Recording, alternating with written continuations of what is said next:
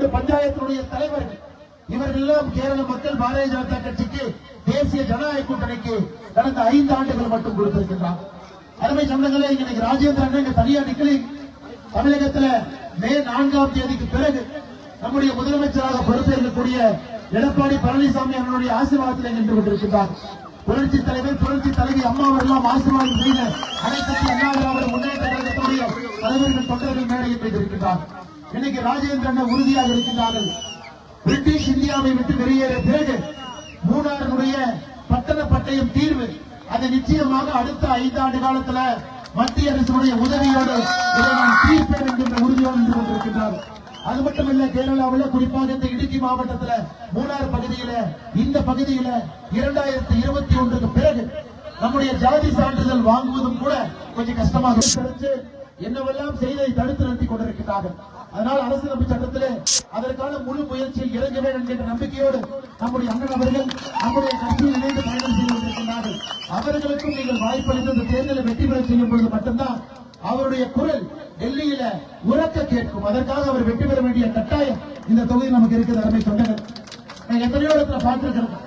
நம்முடைய பிரதமர் அவர்கள் 2018 ஸ்ரீலங்கா போனார். அங்க நுரையாளி என்கின்ற மலை பிரதேசத்துக்கு போனார். நம்முடைய தமிழ் சொந்தங்கள் 250 ஆண்டுகளுக்கு முன்பு அங்க தோட்ட வேலைக்கு சென்று நுரேலியா கேண்டி பகுதியில தோட்ட தொழிலாளர்களாக இருக்கின்றார்கள். அதை பார்த்தவுடன் பிரதமர் சொன்னார், 30,000 வீடு நாங்கள் கட்டி கொடுக்கின்றோம் என்று. இலங்கையில் இருக்கக்கூடிய தமிழ் தோட்ட தொழிலாளர்களுக்கு 30,000 வீடு நாம் கட்டி கொடுத்து அதை திறந்திருக்கின்றோம். இன்னைக்கு ராஜேந்திரன் அதை ஒரு சங்கல்பமாக எடுத்திருக்கின்றார். இந்த பகுதியில எல்லாம் லைன் வீடுகளாக இருக்கு. எத்தனையோ வீடுகள் பிரிட்டிஷ் காலத்தில் கட்டப்பட்ட வீடுகள். ஒரு தீ வந்தாலும் கூட இங்கே பிரச்சனை ஆகிறது. அதனால 50,000 வீடுகளை நான் பிரதமர்கிட்ட பேசி இந்த பகுதியில் இருக்கிற உறுதிமொழியோடு அண்ணன் ராஜேந்திரன் கொண்டிருக்கிறார். வனவிலங்கு பிரச்சனை ரொம்ப அதிகமாக இருக்கிறது. யானை பிரச்சனை, புலி பிரச்சனை. இன்னைக்கு மக்கள் வளர்த்தக்கூடிய நம்முடைய செல்ல பிராணிகள் இருந்து மாடுகள் இருந்து அடித்துக் கொள்ளப்படுகிறது. இதற்கு ஒரு நிரந்தர தீர்வு வேண்டும். அந்த தீர்வுக்கும் நமக்கு ஒரு நல்ல பேசக்கூடிய சட்டமன்ற உறுப்பினர் ராஜேந்திரன் அவர்கள் தேவைப்படுகின்றார்கள். அவர்களுக்கு தாமை சின்னத்தில் ஏப்ரல் 9ஆம் தேதி வாக்களிக்க வேண்டிய கட்டாயம் நமக்கு இருக்கிறது. அருமை சொந்தங்கள், இன்னைக்கு பாருங்க, நம்முடைய டூரிஸ்ட் நண்பர்கள் இந்தியா முழுவதும் இன்னைக்கு மூணாருக்கு வர்றாங்க.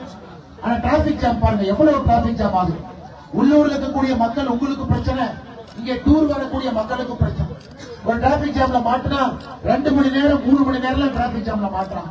எனக்கும் கூட ஒரு 7 கிலோமீட்டர் வருவதற்கு 1 மணி நேரம் ஆகியிருக்கு. அதனால தாமதமா நான் வந்தேன். இதை சரி செய்ய வேண்டும் என்றால் ஒரு தொலைநோக்கு பார்வை இருக்கக்கூடிய சட்டமன்ற உறுப்பினர் வேண்டும். மூணாறு கொடைக்கானல் புதிய ரோடு போடணுங்க. பழைய ரோடு இருக்கு. இன்னைக்கு நம்ம ஃபாரஸ்ட் டிபார்ட்மெண்ட் கிளியரன்ஸ் வாங்கி சரி பண்ணணும். ரோடு அகலப்படுத்தணும், ரோடு புதுசு பண்ணணும். அப்பதான் வரக்கூடிய டூரிஸ்ட் வர முடியும். குறிப்பாக இந்த பகுதியினுடைய உள்ள இருக்கக்கூடிய வடிவமும் கூட இது பெருசா. அடுத்து மூணார், மறையூர், பழனி இந்த ரோட்டுக்கும் கூட ஃபாரஸ்ட் டிபார்ட்மெண்ட் கிளியரன்ஸ் தேவைப்படுகிறது. அதற்கு முழு முயற்சியில அண்ணன் ராஜேந்திரன் அவர்கள் இறங்குவார். மூணார், குரங்கணி, கோடி ரோடு, தேனி பக்கம் போற ரோடு, தேனியிலிருந்து நம்ம பாண்டியன் வந்திருக்காங்க. அந்த பகுதியும் கூட நாம் அதிகப்படுத்த வேண்டும் என்றால் இந்த சாலை மார்க்கத்தை நாம் சரி செய்ய வேண்டும். அருமை சொந்தங்கள், இதெல்லாம் நம்முடைய திட்டங்கள். இதையெல்லாம் செய்ய வேண்டும் என்றால் இங்க இருக்கக்கூடிய கம்யூனிஸ்ட் கட்சியால முடியாது. அவர்களும் ஆட்சியிலிருந்து வெளியே போக ஆரம்பித்திருக்கிறார். ஒன்று மத்திய அரசுடைய திட்டத்தை தடுப்பது அவருடைய கொள்கையாக இருக்கிறது, அல்லது அவர்களும் எதுவும் செய்ய மாட்டாங்க. கொடுக்கிறவங்களை கொடுக்க விட மாட்டாங்க, அவங்களும் கொடுக்க மாட்டாங்க. அதையெல்லாம் பார்த்து பார்த்து 40 ஆண்டு காலம் கம்யூனிஸ்ட் கட்சியில் இருந்த அண்ணன் ராஜேந்திரன் அவர்கள் இங்கே வந்திருக்கிறார்கள். அருமை சொந்தங்களே, இந்தியாவில் இருக்கக்கூடிய எல்லா குடிமகனும் ஒரே உரிமை, சமமான உரிமை. ஆனா மூணாறுல மட்டும் ஒரு எமர்ஜென்சி, உங்களுக்கு ஒரு மெடிக்கல் பிரச்சனைனா ஆத்திர அவசரத்துக்கு இங்கிருந்து 7 மணி நேரம் 6 மணி நேரம் கொச்சினுக்கு போறீங்க, கோயம்புத்தூருக்கு வர்றீங்க.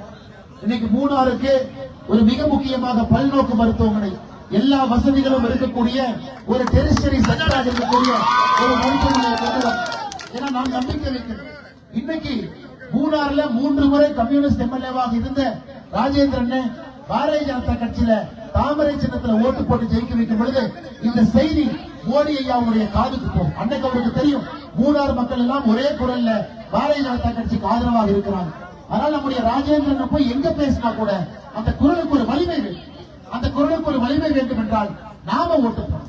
அதனால் நீங்கள் மறந்து விடாதீர்கள். இத்தனையும் நாம் செய்ய வேண்டும் என்றால் நாம் செய்ய வேண்டிய ஒரே ஒரு வேலை, ஏப்ரல் 9ஆம் தேதி தாமரை சின்னத்துக்கு தேசிய ஜனநாயக கூட்டணியில் இருக்கக்கூடிய சார்பாக இருக்கக்கூடிய அண்ணன் ராஜேந்திரன் அவர்களை வெற்றி பெற செய்ய வேண்டும் நம்முடைய ஒரே கடமை. அதுக்கப்புறம் இவரு பிரச்சனை, எங்க பிரச்சனை, கட்சியினுடைய பிரச்சனை. இதன் பிறகு இந்த கோரிக்கையெல்லாம் செய்வது எங்களுடைய கடமை. ஏன்னா நீங்க ஓட்டு போட்டுட்டீங்கன்னா கேட்க வேண்டியது நம்ம உரிமை. நாம கேட்டு என்னெல்லாம் இந்த பகுதி கொண்டு வர முடியுமோ அனைத்தையும் இந்த பகுதிக்கு நாங்கள் கொண்டு வர போகின்றோம். அதுல எந்த ஒரு மாற்று வேண்டாம் அருமை சொந்தங்கள். இன்னைக்கு மிக அற்புதமாக சாலை மார்க்கத்துல எல்லோரும் அன்போடு புன்முறுவலோடு பாரதிய ஜனதா கட்சி தேசிய ஜனநாயக கூட்டணி அண்ணன் ராஜேந்திரன் அவர்களுக்கு பெரிய ஆதரவு. எல்லா இடத்திலும் எல்லா தரப்பட்ட மக்களும், கடையில் இருக்கக்கூடிய அண்ணன், வச்சி போடுற அக்கா, ரோட்ல இருக்கக்கூடிய சகோதர சகோதரிகள், நம்முடைய கூட்டணி கட்சியினுடைய தொண்டர்கள், பழங்குடி இனத்துடைய சொந்தங்கள் இங்கே வந்திருக்கிறார்கள். தேயிலை தோட்டத்தினுடைய தொழிலாளர்கள் எஸ்டேட்ல வந்திருக்கிறார். எல்லோரும் புன்முறுவலோடு இந்த முறை நாங்கள் பாரதிய ஜனதா கட்சியின் பக்கம் இருப்போம், தாமரையின் பக்கம் இருப்போம் என்கின்ற ஒரு செய்தியை உறக்க தேவிகுலத்தில் சொல்லியிருக்கிறார். அருமை சொந்தங்களே, கம்யூனிஸ்ட் ஆட்சியை தகர்த்து பிடிங்கிற நேரம். இன்னைக்கு உங்களுக்கு தரமான ஒரு பள்ளிக்கூடம்.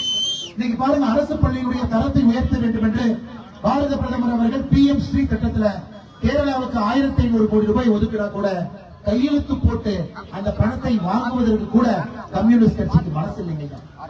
1500 கோடி ரூபாய் அரசு பள்ளிகளுடைய தரத்தை உயர்த்தும். உங்க குழந்தைங்க இங்க இடுக்கியில படிச்சாலும், தேவிகுளத்துல படிச்சாலும், கொச்சியில படிச்சாலும், எர்ணகுளத்துல படிச்சாலும், காசர்கோடுல படித்தாலும் தரமான கல்வி கிடைக்க வேண்டும் என்பதற்காக 1500 கோடி ரூபாய் பாரத பிரதமர் அனுப்பி வைக்கிறார். ஒரு கையெழுத்து போட்டு கேரளா அரசுக்கு கீழே வரக்கூடிய அரசு பள்ளியை நாங்கள் தரம் உயர்த்துகின்றோம், மத்திய அரசுடைய திட்டங்களை ஏற்றுக்கொள்கின்றோம் என்று சொல்லுகின்ற மனப்பக்குவம் இந்த கம்யூனிஸ்ட் கட்சிக்கு இல்ல. இவங்களுடைய குழந்தைகள் எல்லாம் பெரிய பெரிய பள்ளிக்கூடத்தில் படிப்பாங்க, கான்வென்ட்ல படிப்பாங்க, ஆங்கில பள்ளிக்கூடத்தில் படிப்பாங்க. ஆனா அரசு பள்ளியில தேவிகுளத்தில் இருக்கக்கூடிய உங்களுடைய குழந்தைகளுக்கு தரமான கல்வி கொடுக்க வேண்டும் என்று PM ஸ்ரீ திட்டத்தை கூட ஏற்பதற்கு இவர்கள் தயாராக.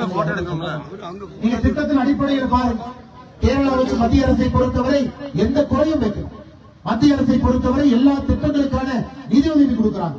நான் ஏற்கனவே சொன்னது போல ஜல்ஜீவன் மிஷன் வீட்டுக்கு குடிநீர் பைப்பு மூலமாக வருவதற்கு 8000 கோடி ரூபாய் ஒதுக்கியும் அவர்கள் பயன்படுத்தாமல் இருக்கிறார்.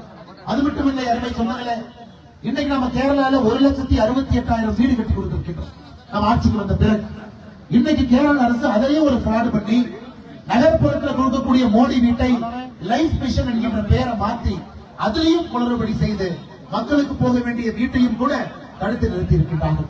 விவசாய பெருமக்களாக இருக்கட்டும், கேரளாவில் 29 லட்சம் விவசாய பெருமக்களுக்கு வருடத்திற்கு 6000 ரூபாய் கொடுத்திருக்கின்றோம். 12,980 கோடி ரூபாய் PM கிசான் சம்மான் நிதியாக இங்கே வந்திருக்கிறது. அருமை சொந்தங்களே, மத்திய அரசு நம்மோடு இணக்கமாக எப்பொழுதும் இருக்கும். மத்திய அரசு கேரளா முன்னேற வேண்டும் என்று மோடியை எப்பொழுதும் நினைப்பார். அதனால் இந்த முறை மஞ்சேஸ்வரில தாமரை மலர் இருக்கிறது, நெமமம்ல தாமரை மலர் இருக்கிறது, பாலக்காட்டுல தாமரை மலர் இருக்கிறது. இந்த எல்லா தொகுதிக்கும் நான் போயிட்டு இருக்கிறேன் ஐயா.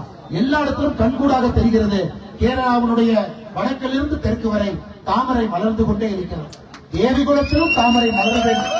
தேவிகுளத்திலும் இந்த கோரிக்கைகளும் நம்முடைய சட்டமன்ற உறுப்பினராக அண்ணன் ராஜேந்திரன் அவர்கள் வர வேண்டும் என்கின்ற எல்லோருடைய விருப்பத்தையும் நீங்கள் ஏப்ரல் 9ஆம் தேதி பூர்த்தி செய்ய வேண்டும் என்று சொல்லி உழைத்து உழைத்து உழைத்து கைகள் தேய்ந்து போயிருக்கக்கூடிய நம்முடைய தேயிலை தோட்ட தொழிலாளர் பெருமக்கள் ஒரு நம்பிக்கையோடு வந்திருக்கின்றீர்கள். அந்த நம்பிக்கையை நாங்கள் எப்பவுமே கைவிட மாட்டோம். நம்பிக்கை வைத்து பாரதிய ஜனதா கட்சியின் பக்கம் வந்திருக்கின்றீர்கள். அதே நம்பிக்கையோடு ஏப்ரல் 9ஆம் தேதி அண்ணன் அவர்களுக்கு தாமரை சின்னத்தில் நீங்கள் வாக்களிக்க வேண்டும் என்று கேட்டுக்கொண்டு, மறந்து விழுந்து விடாதீர்கள், இருந்தும் மறந்து விடாதீர்கள். நம்முடைய வெற்றி சின்னம் தாமரை தாமரை தாமரை என்பதை மறந்து விடாதீர்கள். இவங்க ஜெயிச்சு சட்டமன்றத்துக்கு போனாதான் இங்க பேசுனத சட்டமன்றத்தில் பேச முடியும், இங்க பேசுனத மொழியை அங்க பேச முடியும். உரிமையாக இதை கொண்டு வர முடியும். மத்திய அரசு கொடுக்கக்கூடிய திட்டத்தையே தடுக்கக்கூடிய கம்யூனிஸ்ட் கட்சி எப்படி இங்க 50,000 வீடுகளை கட்டி கொடுப்பாங்க? எப்படி நான் சொல்றேன் 3 ரோட்டையும் போட்டு கொடுப்பாங்க? எதையும் அவர்களால் செய்ய முடியாது. அதனால் நம்பிக்கை பாரதிய ஜனதா கட்சியின் பக்கம், தாமரையின் பக்கம் இருக்கட்டும். மிக அற்புதமான ஒரு கூட்டத்தை மிகச் சிறப்பாக ஏற்பாடு செய்திருக்கக்கூடிய இடுக்கி நார்த் அதனுடைய டிஸ்ட்ரிக்ட் பிரசிடண்டாக இருக்கக்கூடிய அட்வொகேட் ஸ்ரீவித்யா ராஜேஷ் அவர்களுக்கு நெஞ்சார்ந்த நன்றிகளை தெரிவித்துக் கொள்கின்றேன். மாவட்டத்தினுடைய பொதுச் செயலாளர் சுரேஷ் அவர்களுக்கும், சுமேஷ்குமார் அவர்களுக்கும், தேவிகுளம் இந்த அசம்பிளி தொகுதியினுடைய தேர்தல் பொறுப்பாளராக இருக்கக்கூடிய KS அஜி அவர்களும், மைனாரிட்டி மோர்ச்சா மாநில செயலாளர் அருமை சகோதரர் ஜோசப் அவர்களும், முன்னாள் பிளாக் பஞ்சாயத்து பிரசிடென்ட் அதிவேலி முருகேசன் அவர்களுக்கும், அதே போல தேவிகுளம் மண்டல் ஜெனரல் செக்ரட்டரி தம்பிதுரை அவர்கள், அடிமேலி மண்டல் ஜெனரல் செக்ரட்டரி ராஜீவ் அவர்கள், அதிமேலி மண்டல் ஜெனரல் செக்ரட்டரி ஓமனக்குப்பன் அவர்கள், மேடையின் மீது இருக்கக்கூடிய எல்லா முக்கியமான தலைவர்களும் ஒரு சேர வந்திருக்கின்றோம். அனைத்து இந்திய அண்ணா திராவிட முன்னேற்ற கழகத்தினுடைய தலைவர்கள், தொண்டர்கள் மிக அற்புதமாக இங்கே வந்து கூட்டணிக்காக பணி செய்து கொண்டிருக்கின்றார்கள். நாளை நான் அண்ணன் SP வேலுமணி அவர்களுடைய வேட்புமனு தாக்கல் செய்யக்கூடிய நிகழ்வுல நாளை பேரூரில் பங்கேற்க இருக்கின்றோம். அங்கே அண்ணன் தம்பிகளாக உறவாக ஒன்றாக களமாடி கொண்டிருக்கின்றோம். அதே உறவோடு கேரளாவிலும் கூட இந்த பகுதியிலும் அண்ணன் ராஜேந்திரன் அவர்களை நீங்கள் வெற்றி பெற செய்ய வேண்டும் என்று கூட்டணி கட்சியினுடைய தலைவர்களுக்கும் தொண்டர்களுக்கும் இந்த நேரத்தில் தெரிவித்துக் கொண்டு, பத்திரிகை நண்பர்கள் பெருமளவில் வந்திருக்கிறார்கள், அவர்களுக்கும் என்னுடைய நன்றியை தெரிவித்துக் கொள்கின்றேன். மிக பொறுமையாக வந்திருக்கூடிய எல்லோருக்கும் நன்றி தெரிவித்துக் கொள்கின்றேன். நன்றி, வணக்கம். பாரத் மாதா கி, பாரத் மாதா கி, பாரத் மாதா கி.